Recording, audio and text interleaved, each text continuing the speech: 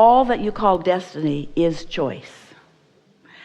What feels like destiny are the incremental choices that you made by knowing what you do want and knowing what you don't want, and throwing them individually into your vortex. We'll talk about that in case you don't know about the vortex, but if you don't know about it, where have you been?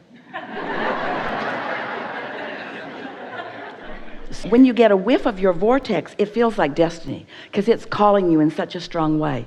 But the destiny in this conversation was made up of individual choices that you were making. And then we must speak to choices that you've made even before you came into this physical experience that don't vary at all vibrationally from who you are and the desires that you are determining now. But it feels to you like a calling, and that's why you call it destiny. Esther was talking to a friend about that yesterday, that sometimes there's just a feeling that is so strong and it cannot be denied. And if you feel it and you turn from it to do something else instead, sometimes you start feeling a sort of paralyzation. In other words, you cannot not go in the direction of this powerful calling and be satisfied. But that requires a little trust. That's why we explain it to you in this way.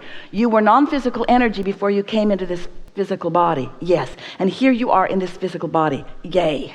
And the non-physical part of you is still non-physically focused and flowing to you and through you all the time, but non-physically focused. So here you are with your physical perspective, sifting and sorting, knowing what you don't want, knowing what you do want, and asking continually for this and that. And so these rockets of desires are going forth into this vibrational reality that we have named the vortex, because we wanted you to feel the reality of it, even though you cannot yet see it or hear it or smell it or taste it or touch it. It's the vibrational version of all that you have become, and your inner being stands there strong and benefited by the choices that you've been making as you've been sifting and sorting. So this non-physical part of you now is standing there in all of that clarity and all of that knowing, and no doubt, no lackful anything, all things wanted, because you sifted it out one experience at a time. And now, because your inner being is there, and most important, because law of attraction is responding to this entity called you and your non-physical inner being and all that you've asked for, as law of attraction is responding to that, cooperative components are being called to it. And you, who have the most vibrational, we'll call it DNA, it's wrong terminology, but the most vibrational hooking to it, because you created it. There is nothing in all of the universe that this cooperative, you are the most desired cooperative component. Let's put it that way. Your inner being is most desirous of you being a cooperative component to your own creation. And that's why it feels like such a powerful calling. And that's why you feel such satisfaction when you have any thought that moves you toward it. And it's why you feel an uneasy tugging when you have any thought that takes you from it. So if you have thoughts like, I can't do that, or I'm not ready for that, or I'm not worthy of that, or there's injustice or unfairness, if you go contrary to any of the knowledge that you have come to through all that you have lived, then you aren't moving in the direction of your destiny. And the reason that the word destiny is a good word is because can you feel the inevitability of it, the absoluteness of it? In other words, this is destiny. This is certain. This is who you are. We just don't think you should have to croak to get there. We think that you have the ability to pay attention to how you feel and to thought by thought allow yourself to be called by this powerful law of attraction that is calling you and all of the cooperative components there. How many what you call synchronistic things, or maybe even coincidental things, happen? And you marvel at the oddness of that coincidence when we revel in the sureness of the attraction.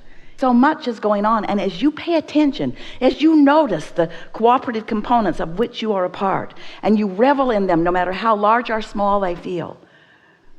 Esther and her family were on their way to have breakfast somewhere over the holidays, and when they got there, friends that they had been thinking about and wishing to be with met them accidentally in the parking lot. Not coincidental. Energy had been flowing and the orchestration was taking place, and each of them was inspired to be at that place at that time for the rendezvous That non-physical is orchestrating for you all day, every day.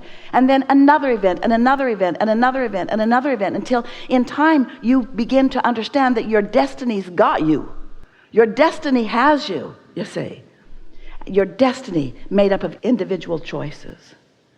But you got to make the choice to want to feel good to even be anywhere near it. Is destiny a word like God that we can never speak to you again? Don't mess up the idea of destiny. Let it be your long-term intentionality that you are adding to every day of choices. Destiny couldn't exist if it were not for choices. And destiny couldn't be discovered, or you couldn't find your way to it if it weren't for the choice of wanting to feel good. There's no destiny that you have to think those thoughts. You have choices, free will in every thought that you think. But ultimately, you'll end up in a really good feeling place for a minute, for a little while, because you'll jump right back in with both feet into more choosing, because choosing is what's necessary for eternity.